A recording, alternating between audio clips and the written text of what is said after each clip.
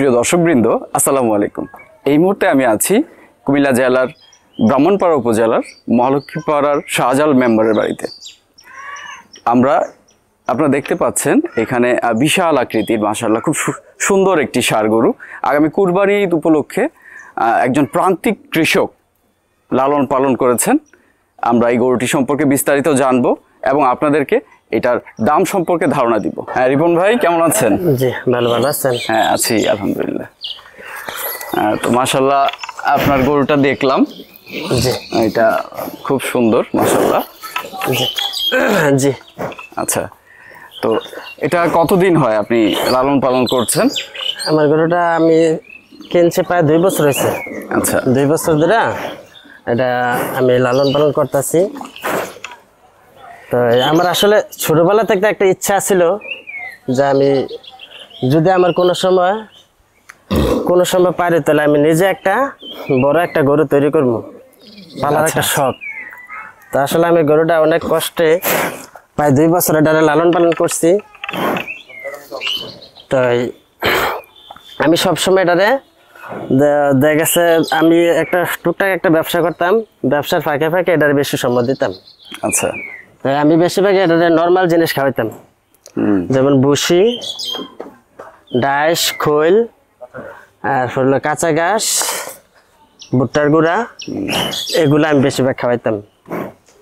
তো কোনো সময় আমি আমার এই গরুরে দেখা গেছে অনেকে দেখা গেছে ইঞ্জেকশন দেয়, ট্যাবলেট খাওয়ায়, আমি এগুলো কোনো সময় করতাম না, কোনো সময় করছিও না।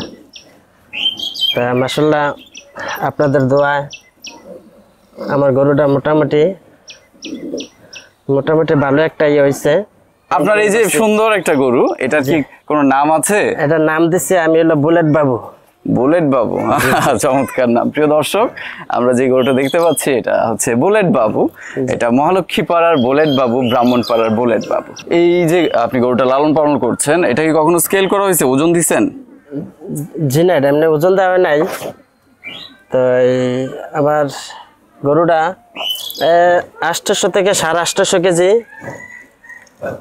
Live weight. 800 850? জি, হ্যাঁ 800 হতে পারে প্রিয় দর্শক। 800 তো 780 থেকে 800 হবে আমার যতটুকু ধারণা হচ্ছে। 850 আর একটু বেশি হইব, কম হইব না, আমি যে ধারণাটা করছি। না, আমি সবসময় দর্শকের পক্ষেই নিব, আমার কাছে 800 কেজি ওইরকম মনে হচ্ছে। প্রিয় দর্শক, আমি এই মুহূর্তে গরুটার পিছনে আছি আপনাদের গরুর হাইটটা বোঝানোর জন্য।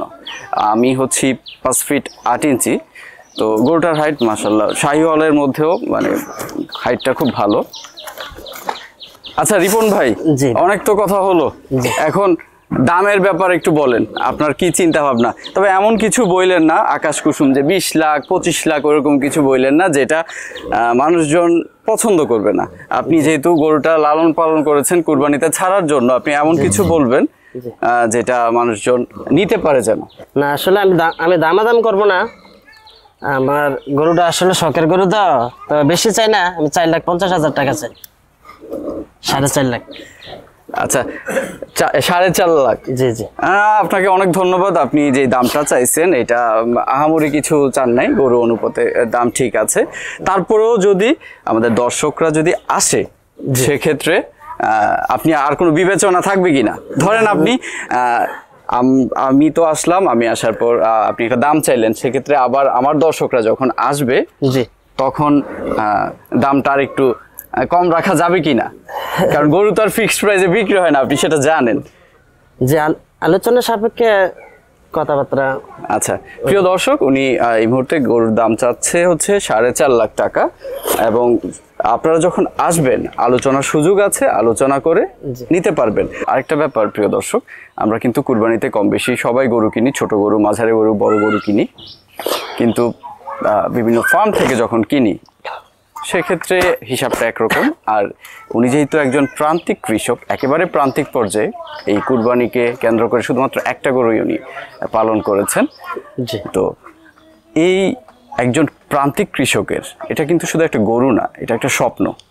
সেই স্বপ্ন সফলতার দিকে নেওয়ার ক্ষেত্রে আমাদেরও কিন্তু ভূমিকা রাখতে হবে, না হয় প্রান্তিক কৃষকরা একসময় ঝরে যাবে, আমরা বাংলাদেশের মানুষ বিপদগ্রস্ত হয়ে যাবে এক সময়।